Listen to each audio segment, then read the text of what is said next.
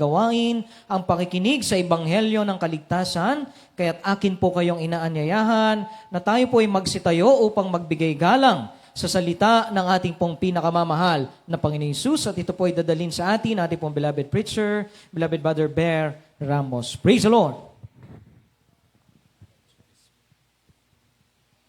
Amen. Praise God. God bless you po, beloved co-preacher, Brother Lawrence Talents. Amen. Mga kapatid, tayo po muna ay magkaisang manalangin. Opo, dakila, mapagpalang amang banal, Diyos na makapangyarihan sa lahat, sa pangalan mo po, aming pinakamalapang Jesus, minsan po Diyos, kayo pinagpupod ng kapasalamat, mahal na Panginoon, muli sa paglangis po sa bawat bahagi na yung pinalagawaing natapos na, nagbigay galak sa aming puso, pagkiliw sa Antong Espiritu sa aming kalagitnaan. Narito po kami sa pinakamalagang bahagi na yung pinalagawain ng pag-aaral, pagkinig ng salita, at sa unang panalangin ng beloved pastor, patawarin po ang bawat sa amin, mahal na Panginoon, langisan po ang balingkod, dahil kung sa galang wala po akong magagawa. Buksan mo po mga pangunawa kay Sipa na aming kapatirang narito, maging sa bisitang narito. At patuloy po kami samahan ng Santong Espiritu at kapangyarihan sa pangalan ni Jesus. Aming sama-samang sinasaway, tinataboy, pinalalayas ang mga demonyong hadlang gagawin ng kaaway. Kasout, kasout, kasout, be bound to hell right now. In Jesus' name we pray. Amen and amen. Purihin po ating pinakamahal na Panginoon at magandang gabi po sa inyo pong lahat at ang pinakamataas sa pagpupuri, pagdakila, pagsamba ay tanging sa ating pinakamahal na Panginoon Kristo po lamang. Amen. Dubling pagalang po sa ating minamahal ginagalang Evangelista, Pastor Will de Estrada Almeida, pag-alaala na rin po sa mga itong aral na iniwan ng ating minamahal ginagalang Astan Pastor Linas C. Almeida at sa lahat po mga beloved Almeida children, sa ating beloved ordained preacher, Brother Reboy Merli, sa kanyang beloved wife, beloved children, beloved preacher, beloved workers, instrumentalist, Marshall Group, sa ating mga webcast, televiewers, sa kanyang mga tahanan, sa ating mga minamahal na beloved choir, sa inyo po lahat, mga datihan, mga baguhan, sa ating mga bisita, at magandang umaga na po na aking pong pagbati. Amen. Amen. Gising pa po ba kayo, mga kapatid? Purihin po ang Diyos, mga kapatid, sapagkat masasayang po yung ating magdamagang ito na pananalangin kapag tayo po yung nakaidlip o tayo po yung natulog, mga minamahal. Baliwala po, mga minamahal, yung ating pagsamba ng ating pong overnight prayer na ito kapag ating pong tinulugan ang mga huling bahaging ito, ang pakinig ng salita ng ating mahal na Panginoon. Amen! Amen! Sapagkat kapag mga taga-Jesus Miracle Crusade po, lagi pong masigla. Laging masigla kapag tayo po narito sa bahay sambahan, talagang andyan po yung response nyo, mga minamahal na kayo po pumapalakpa, kayo po nag-i-amen, sapagkat ito po talaga yung buhay ng isang tunay na Kristiyano na naglilingkod at nagmamahal sa ating pinakamal na Panginoon. Amen? At bago po sa ating tema, sa ating topic, mga minamahal, ay mag-intro muna ako ng bilang meron po kasi tayong mga kapatiran na minsan ay lalapit sa atin na magtatanong. Kaya sasagutin na natin ito ng, dito sa una nating salita, mga minamahal. Kasi minsan daw po, natatakot sila. Lalo na po sa mga tumatayo sa banal na pulpitong ito, ay para daw pong nakakatakot lapitan. Para daw galit. Para po bang galit. Pero ang sabi niya, hindi naman pala. Kapag nakausap mo pala sila sa personal, sila naman pala mababait. Amen. Mababait daw pala naman. Lahat ng tumatayo daw po din sa pulpito, para daw nakakatakot lapitan. Sa pangangaralan po yun. Kasi sa Biblia po, mga minamahal, sa Biblia ang sabi, yung ating ginagawang pagpupuri, ang sabi diyan, gumawa tayo ng papuring awitin sa mahal na Panginoon na may malaking ingay. Amen? Malaking ingay. Ibig sabihin sa pagpupuri pa lang, ang nais ng mahal na Panginoon, ingay na malaki na ang gustong gawin. Tingnan nyo ang sabi sa awit 33, dito sa 3, magsiawit kayo sa kanya ng bagong awit, magsitugtog kayong matalino, na may malaking ingay. Malaking ingay ang gusto ng mahal na Panginoon. Kaya yun po yung isang sagot, mga minamahal, kung bakit tayo kapag tayo ay nasa pulpito, halos ibuhos natin yung paghiyaw. Ibuhos natin yung pagsigaw. Dahil mga minamahal, ang sabi diyan, gumawa kayo ng malaking ingay. Kaya ang sabi, dito mga minamahal na yung pangangaral ng salita ng Diyos, kailangan din po dito yung tinatawag na yung malakas. Malakas yung ating pagbigkas. Malakas yung ating pangangaral. Utos ba ng Biblia yan? Opo. Amen. Ang sabi ng Isayas, dito sa aklat ng 40, tingnan nyo. Tingnan nyo po sa inyong Biblia. Isayas 40, versikulo 9. O ikaw na nagsasabi ng mga mabuting balita sa Zion, sumampa ka sa mataas na bundok. O ikaw na nagsasabi ng mga mabuting balita sa Jerusalem, ilakas mo ang iyong tinig na may kalakasan. Ilakas mo, huwag kang matakot, sabihin mo sa mga bayan ng Juda, tingnan ang inyong Diyos. Kita nyo? Inulit yung ilakas mo. Pag sinabi yung inulit, pag sa banal na kasulatan, talagang itutudo mo po yan. Kita nyo ating beloved pastor, ang mga naunang mga beloved ordained preacher, mga pioneering, grabe kapag sila po yung nangaral. Amen? Nakukuha nyo po. Kaya yung nagtatanong mga minamahal, nawa, andyan ka, nasagot namin yung inyong katanungan ito. Hindi po nakakatakot ang inyong mamangaral dito. Talagang yung po lang ang nasa Biblia. Dahil kapag malumanay ka dito, andyan lang sa likod namin yung kaaway. Andyan lang siya, mga minamahal. Baka siya na yung sumingit. Siya na yung magsasalita dito. Amen? Kuha niyo po. Tuloy na po tayo mga minamahal sa ating tema. Ang ating pong tema, mga minamahal, simple lang ito. Simple but important message. Simple lang pero importante. Gagawin natin simple lang kasi overnight eh. Ang ating pong tema, ating pamagat mga minamahal, are you true? Saved? Question, are you true? Saved? Sa Tagalog, mga minamahal, ang sabi, ligtas ka na ba? Talaga? Diba? Amen? Tanungin yung sarili nyo, ako nga ba'y ligtas na? Amen? Natatanong nyo ba ng sarili natin, natatanong nyo ba yan sa sarili nyo? Ano kaya ako? Tiyak na kaya na ako'y maliligtas? Amen? Ako lagi kong tinatanong eh. Sarili ko lagi kong tinatanong, kahit nakahiga na ako, kahit tulog na ako, pagising ko, yun pa rin ang aking sinasabi.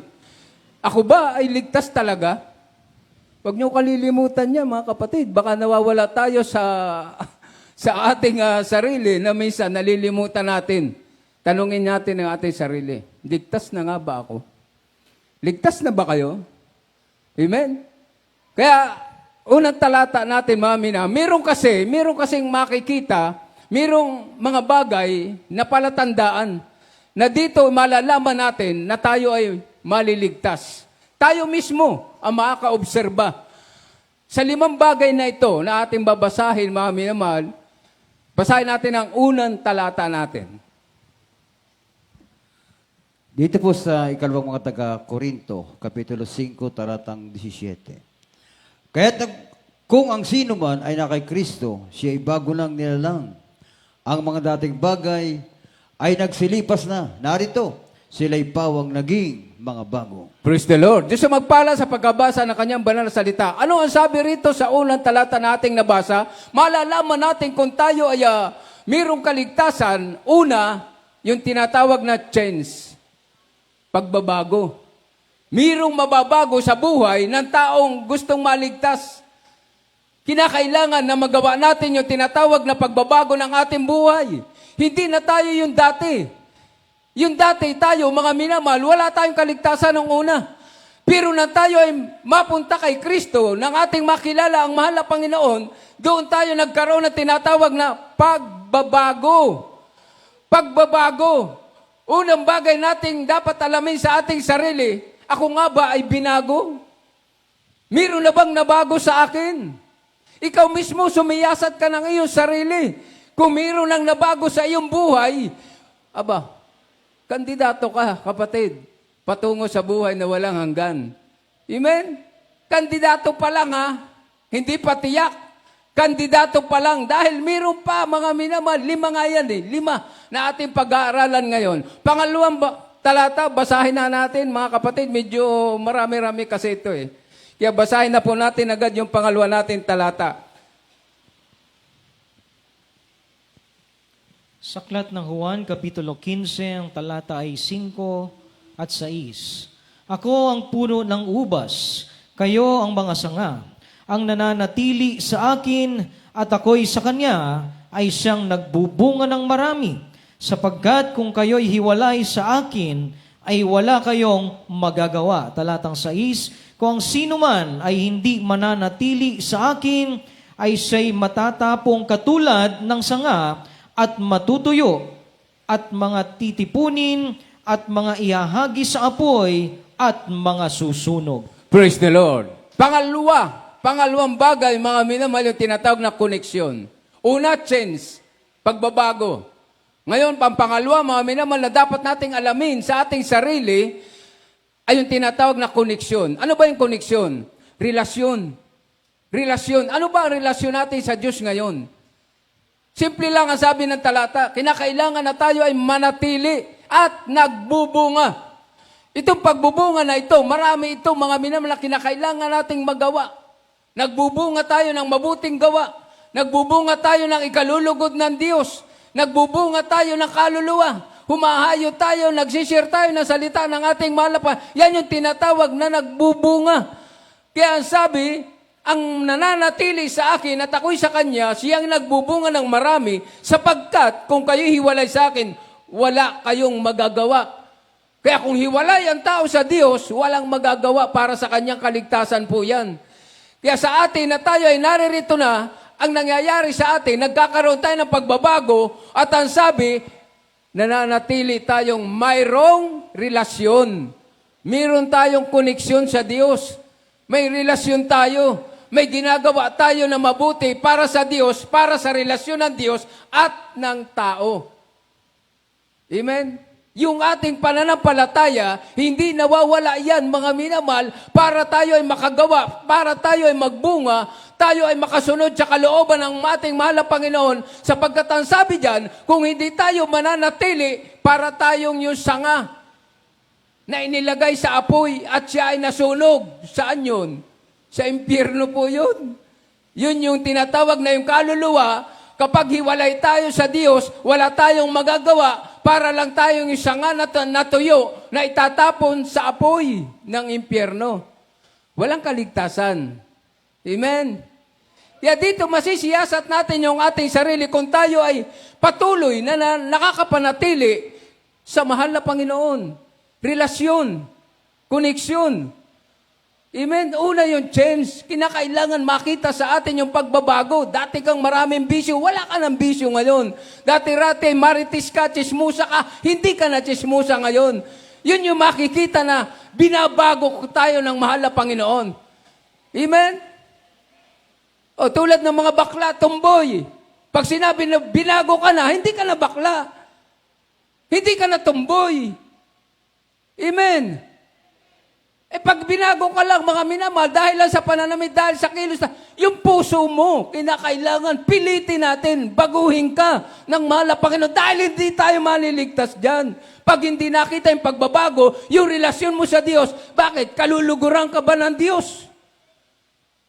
Kung mananatili ka sa dati mo, narito ka na, hindi ka pa rin binabago. Nagbabago lang tayo ng damit, pero yung kalooban natin, hindi natin nababago. Amen? O kuha niyo po. Dahil napakahalaga, simple lang itong aral na ito, pero very, very important. Amen? Pangatlo, ano ang sabi mga minamahal? Conviction. Basahin natin. Aklat ng Juan. Dito po sa mga aklat ni Juan, Kapitulo 16 at talata ay 8. At siya, pagparito niya, ay kanyang susumbatan ng sanlibutan tungkol sa kasalanan at sa katuwiran at sa paghatol. Praise the Lord. Lahat magsabing praise the Lord. Ito yung tinatawag na konbiksyon ng Espiritu ng Diyos. Tayo, meron na tayong Espiritu ng ating mahal na Panginoon. Kaya kapag tayo ay nakakagawa ng kasalanan, nakukumbik tayo. Pag nararamdaman ng isang Kristiyano yan, na siya ay parang kinakabahan, kinakabog yung dibdib niya, kung siya ay gumagawa ng kasalanan, nakakagawa siya ng mali, hindi siya nakakasunod sa kalooban ng Diyos, kapag kinakabog ka at nakukonvict ka, para bang nininirbyos ka sa nagawa mo, yan yung espiritu ng mahal na Panginoon. Na ang sabi diyan, kinakailangan makumbik tayo sa ating pagkukulang, sa ating ginagawa, para ano? Dahil kung hindi tayo makukumbik, tuloy-tuloy nagagawa tayo ng kasalanan, wala ring kaligtasan.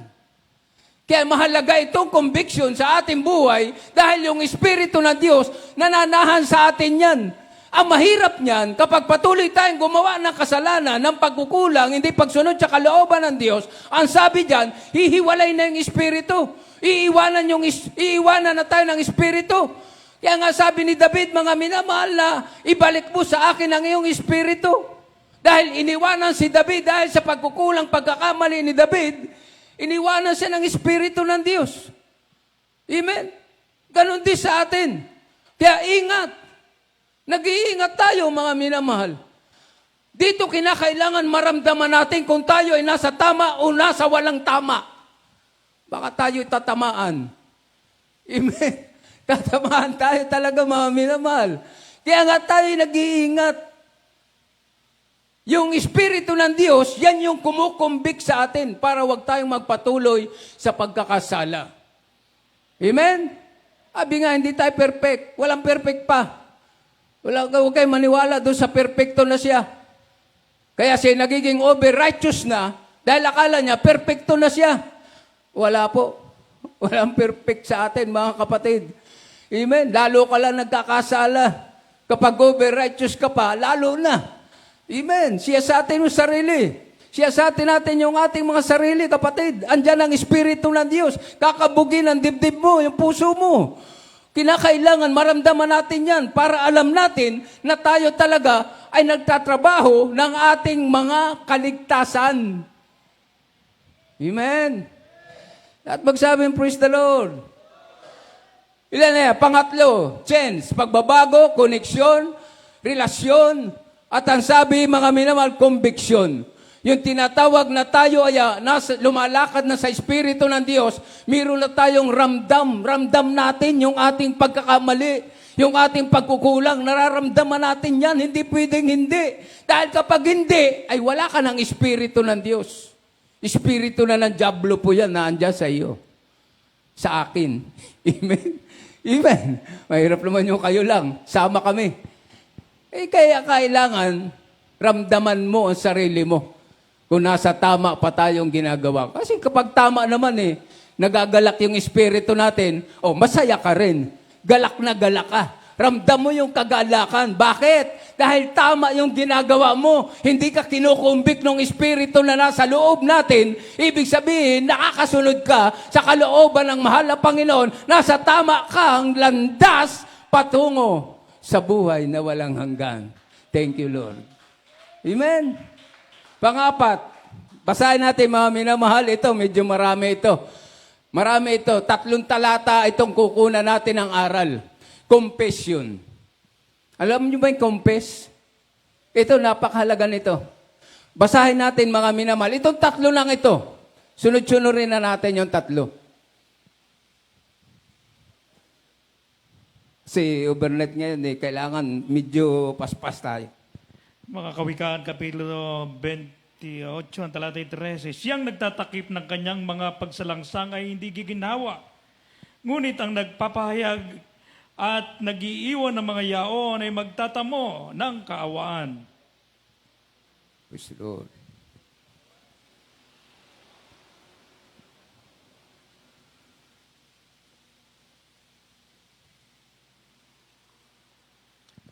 Gawa. Hallelujah. Mga gawa, kabanatay 3, ang talantay 11. Kaya nga, magsisi kayo at magbalik loob upang mga pawi ang iyong mga kasalanan, upang kung magkagayoy ay magsidating ang mga kapanahunan na kaginawahan mula sa harapan ng Panginoon. Dito po sa Aklat ng Santiago, Kapitulo 5, talatang 16.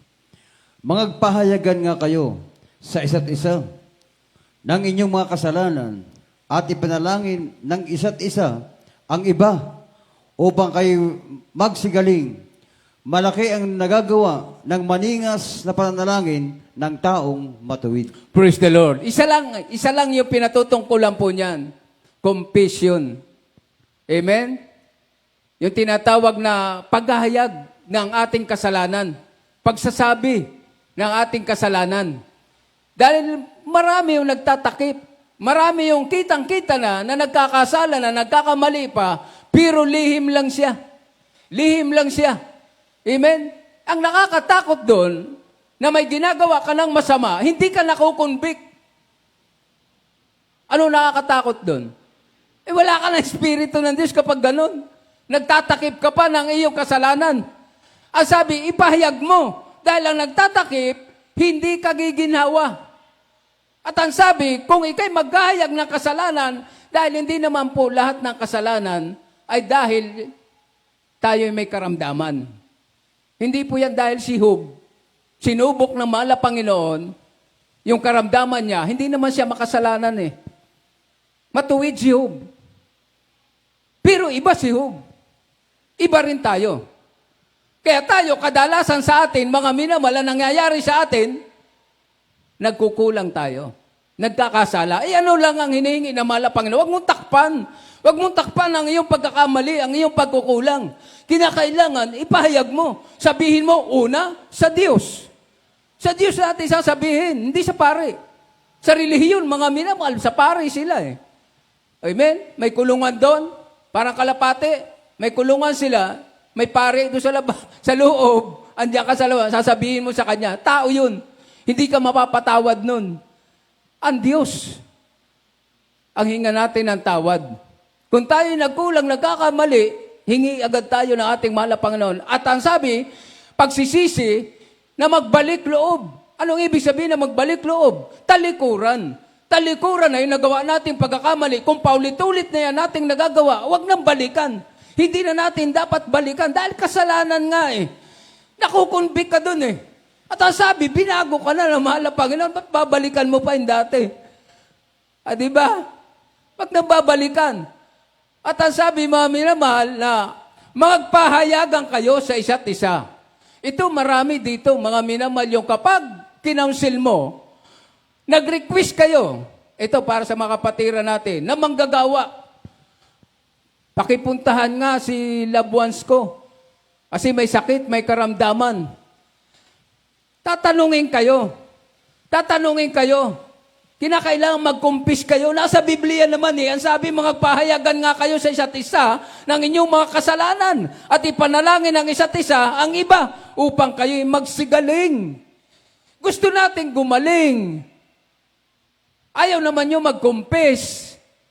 Ayaw naman natin sabihin yung ating pagkukulang. Kaya kapag tinanong kayo, dalawa kasi ang ipapanalangin dito. Ipapanalangin natin yung may sakit, mawala yung kanyang sakit, at yung kanyang ginawang kasalanan.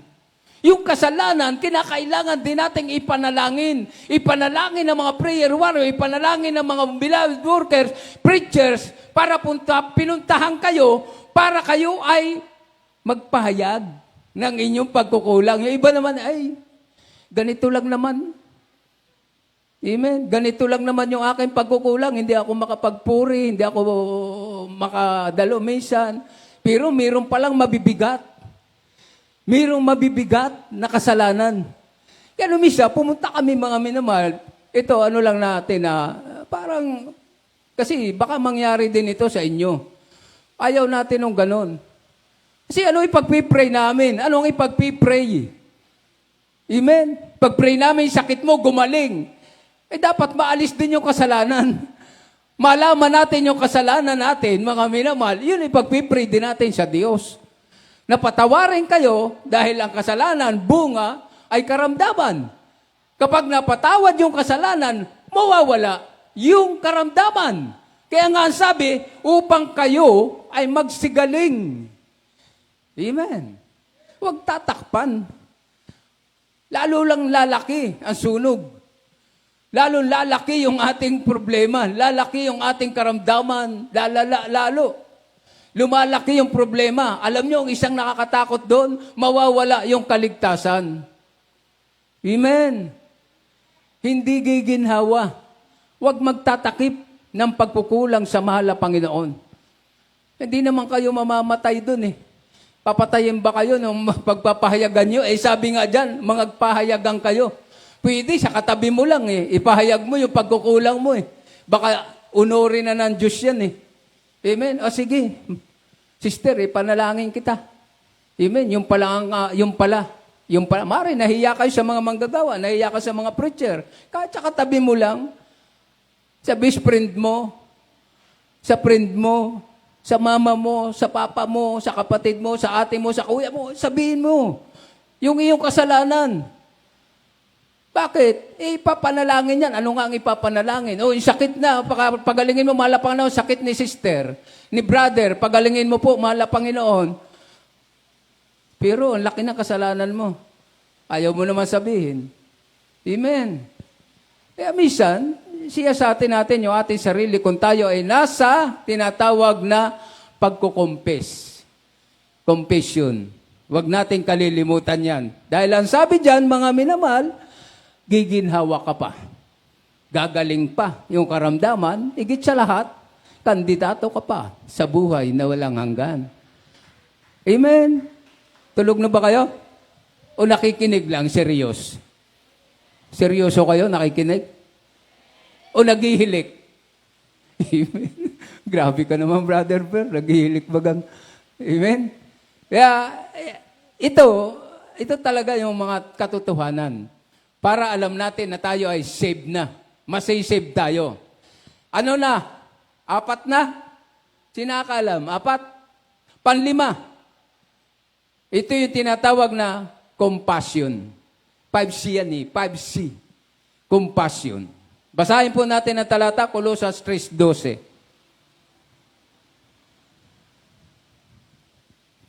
Sa mga taga-Kolosas, Kapitulo 3, ang talata ay 12.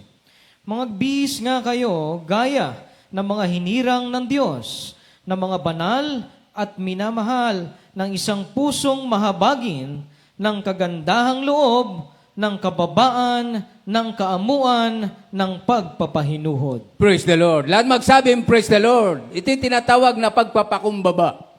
Una, sa harap ng Diyos. Pangalawa, sa harap ng mga tao. Kapatiran man yan, o sanlibutan man yan, mayroon tayong awa. Andun yung kapakumbabaan loob natin. Awa na ano? Dahil yung mga taga-sanlibutan, alam natin yung kanyang kalagayan. Wala silang kaligtasan. Doon tayo dapat magkaroon ng malasakit. Meron tayong awa sa kanila.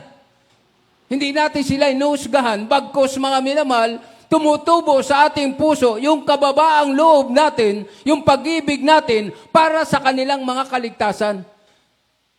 Una, sa ating sambahayan. Kinakailangan wag tayong magkulang sa ating buong sambahayan. Dahil yan ang totoo, mga pagdating ng paghuhukom sa final judgment ng mahal na Panginoon sa atin.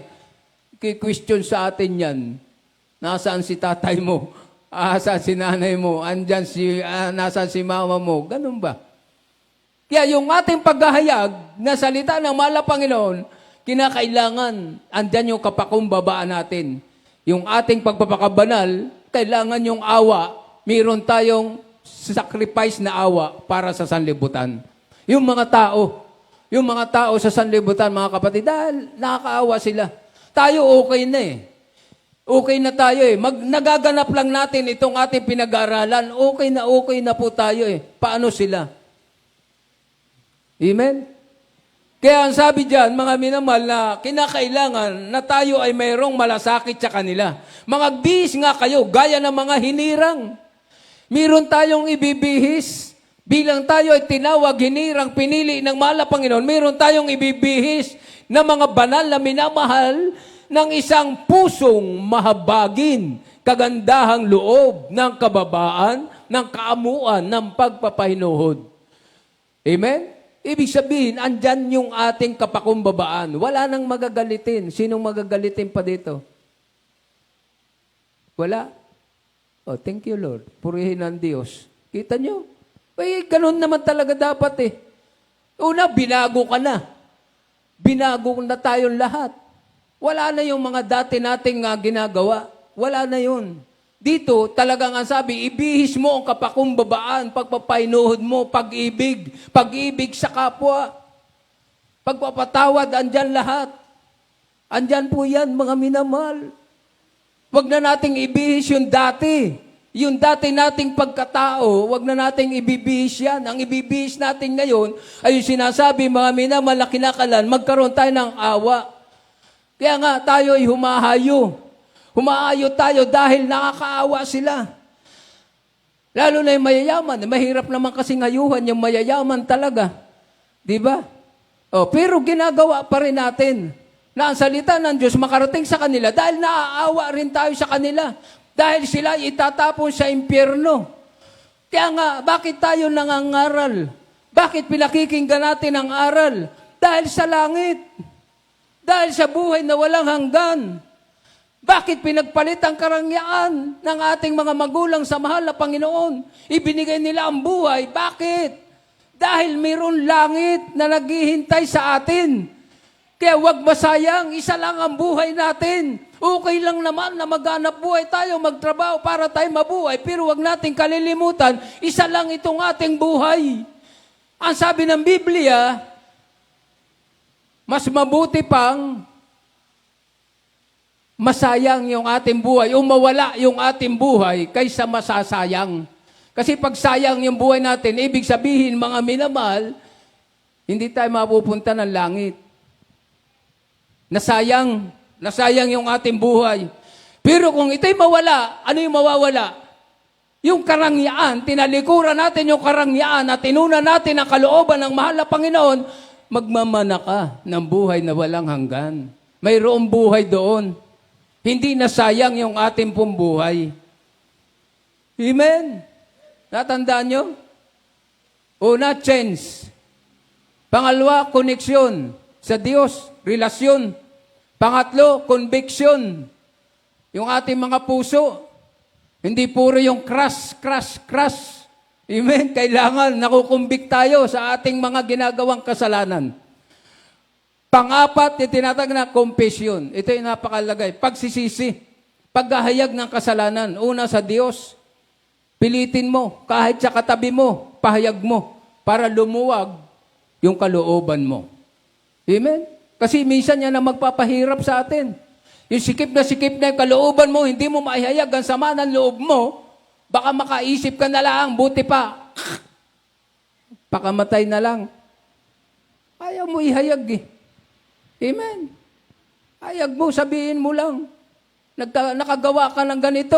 Mahal na Panginoon, tulungan mo ako. Nakagawa ako ng ganito. Sasabihin ko kay brother. Amen. Mas mabuti kung sister ka, sa sister mo sabihin. Mahirap sa brother, baka magkaanuhan pa. Mamaya, iba na yung usapan. Di ba?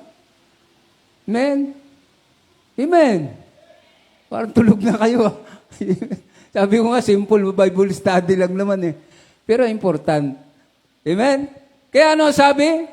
Para manatili yung ating mga kaligtasan, ang sabi, unang Juan, Kapitulo 5, versikulo 12 hanggang 13. Ito ay pangako ng ating mahal na Panginoon. Dito po sa aklat ng unang Juan, Kapitulo 5 at talata ay 12 at 13.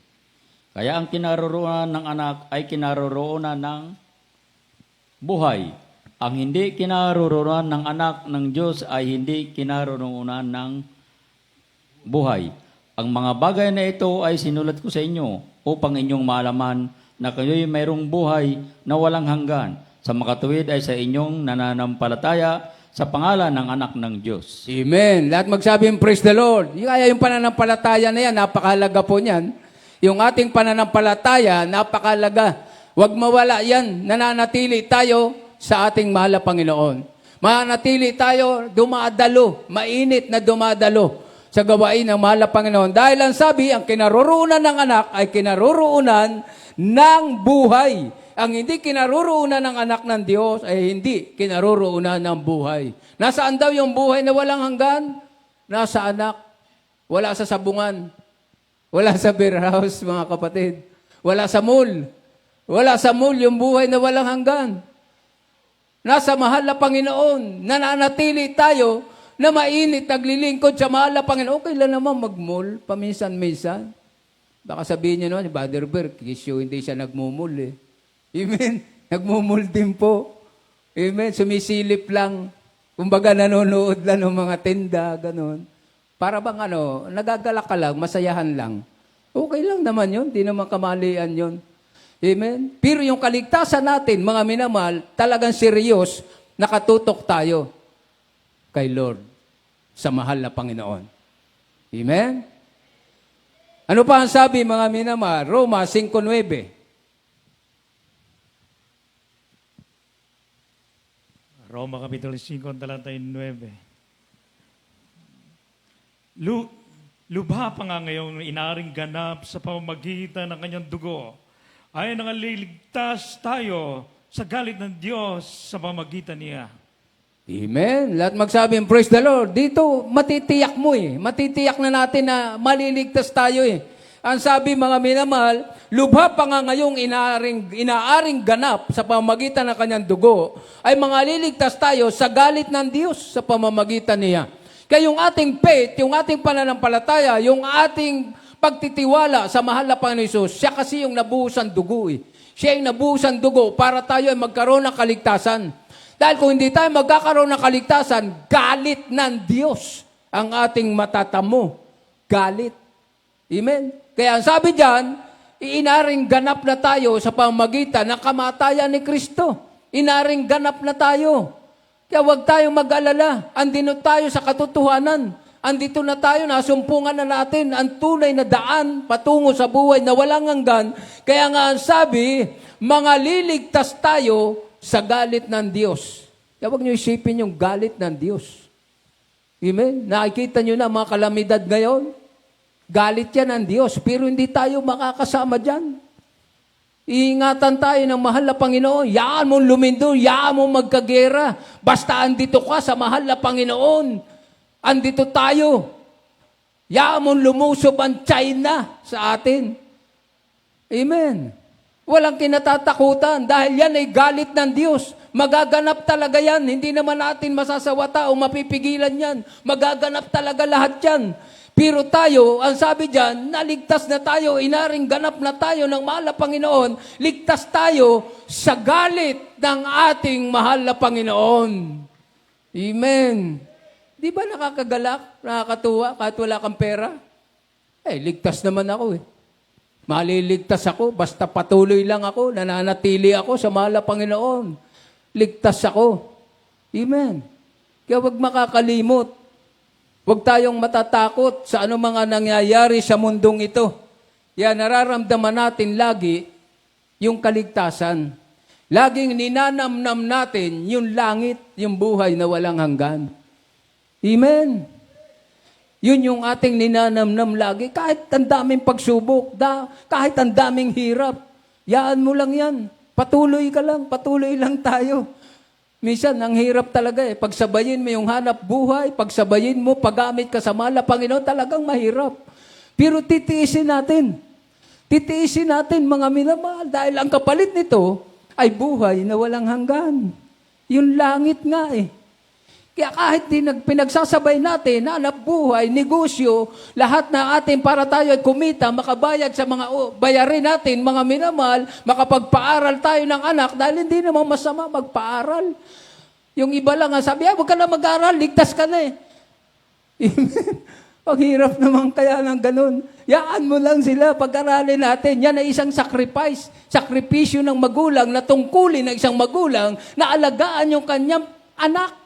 Na ipinagkatiwala lang naman sa atin yung ating mga anak, yaan natin yan, alagaan natin yan, pag-aralin natin, maliban na lang kung ayaw na nung anak na mag-aral, paggamit na lang ako sa mahal na Panginoon, mas maganda. Amen. Mas mabuti pag naging ganun ang desisyon ng bata, paggamit na lang ako sa mahal na Panginoon. Amen. Dito lagi ang makakapagpuri, pero kailangan mag-isip ka muna. Gaano kahirap ang maging full-time worker? Napakahirap. Dahil nung una, ganyan din ako, full-time worker din ako, mga minamahal. Ang hirap talaga, mahirap. Amen. Kaya ngayon, sinisikap ko naman, may hanap buhay tayo sa labas, mga nag-aanap buhay tayo, magampanan din natin ang mahal na Panginoon, ang paggamit. Pilitan talaga yan. Dahil nga sabi, sakripisyo ang paglilingkod sa mahal na Panginoon. Sakripisyo ang nagnanais mapunta ng langit. Amen. Kahit kayo dyan, hindi lang kayo nakaupo dyan eh. Amen. Hindi lang kayo taga-palakpak dyan, hindi lang kayo taga-amen. Ginagamit din tayo, mahal na Panginoon. Yung ating mga binibigay sa gawain ng mahal na Panginoon, gamit na gamit kayo ng mahal na Panginoon. Lalo na kung sobra-sobra binibigay nyo, gamit na gamit talaga kayo ng mahal na Panginoon. Amen? Kapag may biyaya, pagpapala, mga minamahal, huwag na nating ibabalik sa mahal na Panginoon. Kaya nga tinuruan tayo ng ating mga magulang sa ating mahal na Panginoon, mga kapatid. Sa pulpito, tinuruan tayo ng pagpapasalamat sa Diyos. Yung tunay na patotoo. Kapag nagtapos na tayo, ang lahat ng kapurihan, pasasalamat sa mahal na Panginoon. Huwag na po natin banggitin yung ibinabalik. Hindi naman ho tatanggapin na ng Diyos yan, binigay na sa iyo yan. Pinagpala ka ng mahal na Panginoon, pasalamatan mo yan, ang kapurihan sa mahal na Panginoon. Amen? Mayroon tayo mga minamapasin natin ibinabalik ko na sa iyo, mahal na Panginoon. Hindi na po tatanggapin, binigyan ka na ng Diyos, hindi bigay-bawi ang Diyos. Nakukuha niyo po? Ang kapurihan, pasasalamat ay tanging sa mahal na Panginoon lamang. Amen? Sa unang panalangin natin, beloved pastor, yan, okay. Amen? Tapos, ito, banggitin ko lang dahil sinabi rin sa preacher meeting to. Kinukorek na lang natin. Bible study naman Yung mga tumatayo daw dyan, isang kanila galing Huwag pa ulit-ulit. Diba? Hallelujah, hallelujah, hallelujah, hallelujah, hallelujah, hallelujah. Praise the Lord, praise the Lord, praise the Lord. Maraming ganon. Mismo sila nagsabi, huwag. Kasi hindi makulit ang Diyos natin. Hindi raw makulit. Pero sila rin nagsabi, ang hirap kasi lalo na yung minamahal. Minamahal. Parang gustong-gusto mo sunod-sunod. Pero baka mamaya sa sister na yung minamahal na yan, sa Diyos mo lang sasabihin, mahal na Panginoon. Amen? Di ba? Ganon po. Baguhin. Kaya nga sabi, yung kaligtasan, may pagbabago po yan. Change. Huling talata po tayo. Juan 10:28-29.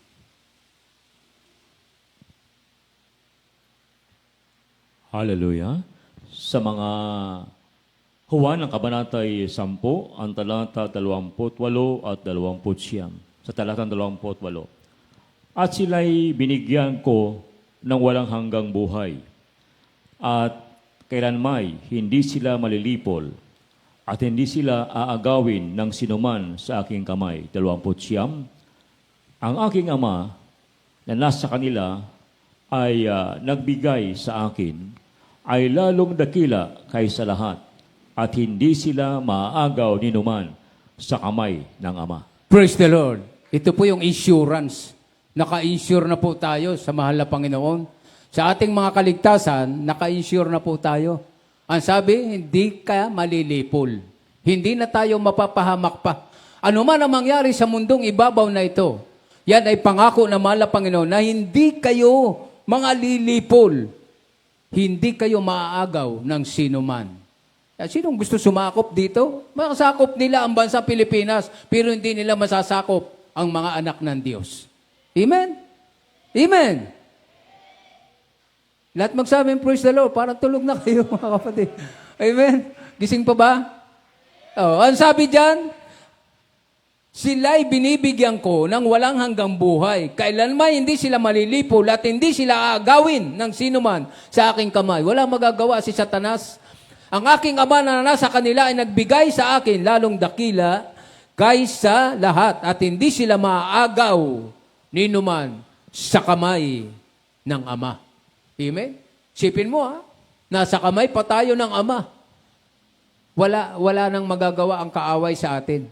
Manatili lang tayo. Manatili sa mahal na Panginoon. Yung 5 nabanggit natin, mahalaga yon. I-aral natin sa ating sarili. Saliksikin natin ang ating mga sarili, mga kapatid. Para makapamuhay tayo ng tinatawag na tamang-tama na papuntang buhay na walang hanggan. Papuntang langit yung ating inaasam, hinahangad. Amen? Umawi tayo sa ating mahal na Panginoon.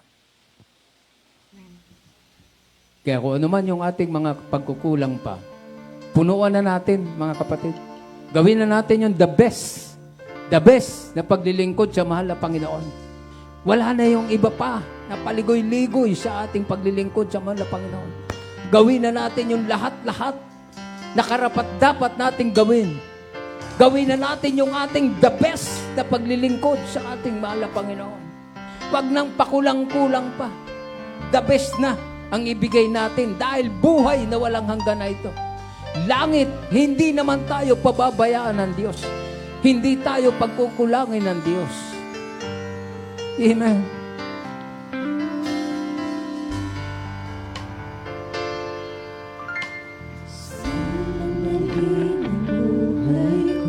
Unawain natin ang mensahe ng awitin, mga kapatid. Yes, Lord. Hallelujah. Ako ay susunod sa iyo. Alam natin ang ating pupuntahan. Alam natin ang ating daraan.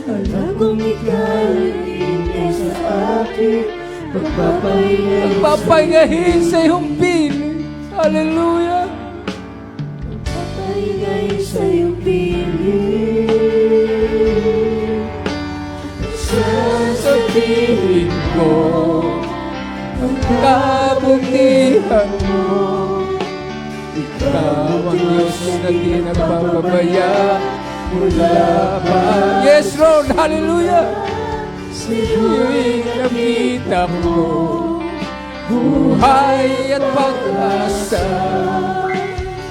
At ako ngayon may buhay na walang hanggan. At ako ngayon may buhay na walang. Yes, Lord, hallelujah. Buhay na walang hanggan ang ating hanggan. Lahat ng ating mga balak sa ating paglilingkod, pagyamanin natin, mga kapatid. Pagkat mahal tayo ng ating mahal na Panginoon. Mahal natin ang ating mahal na Panginoon. Sabihin mo, kabutihan ang ating Panginoon. Ikaw ang Diyos pagpapaya mula pa sa simula. Ay nakita mo na ang buhay at pag-asa. At ako ngayon may buhay na walang hanggan. Yes, Lord, hallelujah. Kabutihan mo. Ikaw ang Diyos na di nagpapabaya mula pa sa simula. Siya'y nakita mo buhay at pag-asa. At ako ngayon may buhay. Yes, hallelujah. At ako ngayon may buhay na walang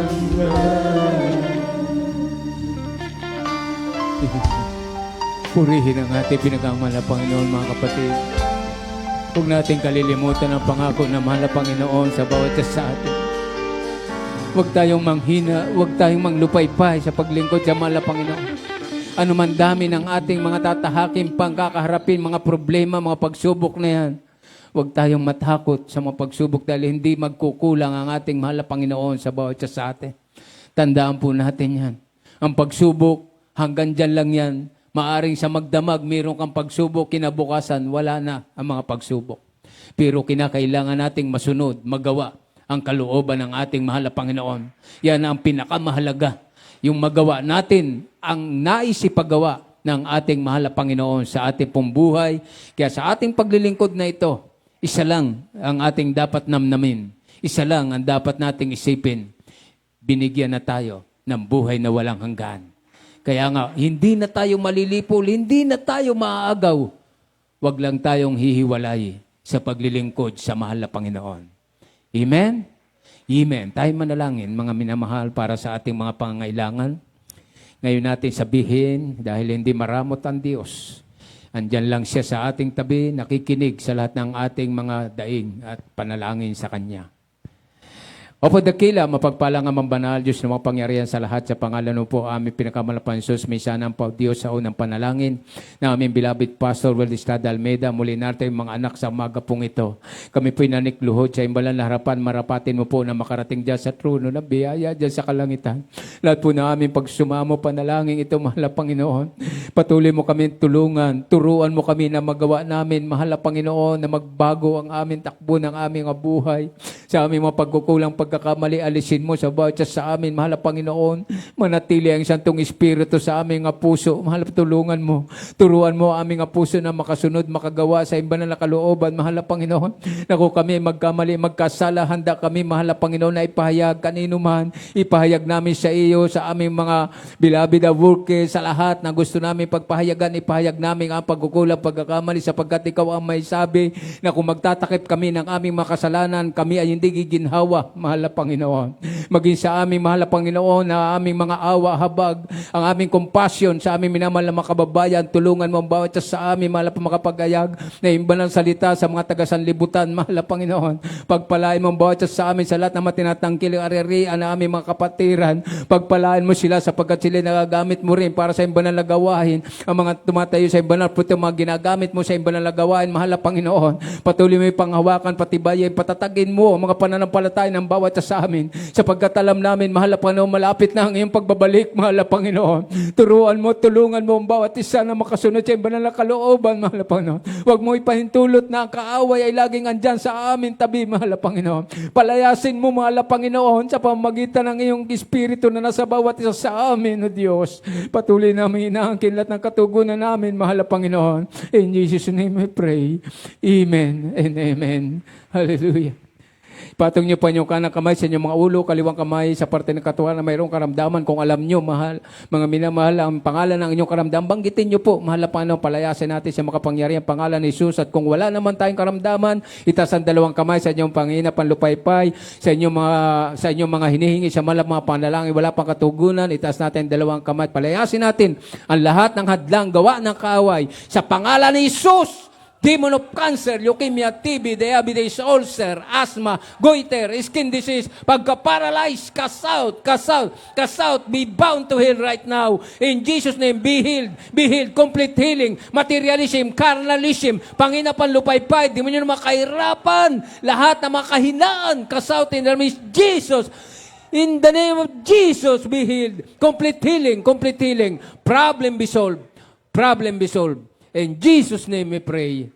Amen and amen. Purihin po ang Diyos, mga kapatid, at tayo po magpasalamat sa ating mahal na Panginoon sa pamamagitan po ng ating pagtalon at pagsigaw. Huwag na po tayo sumigaw ng malakas, tumalo na lang tayo ng malakas, pero huwag na po tayo sumigaw ng malakas. Sabihin po natin, praise the Lord, hallelujah, praise the Lord. Sabihin po natin, hallelujah, praise the Lord, hallelujah, praise the Lord. Hallelujah. Praise the Lord. Thank you so much. There is Jesus. We love you so much. There is Jesus. Purihin ang ating pinakamalapang Panginoon. God bless you po mga kapatid. At tayo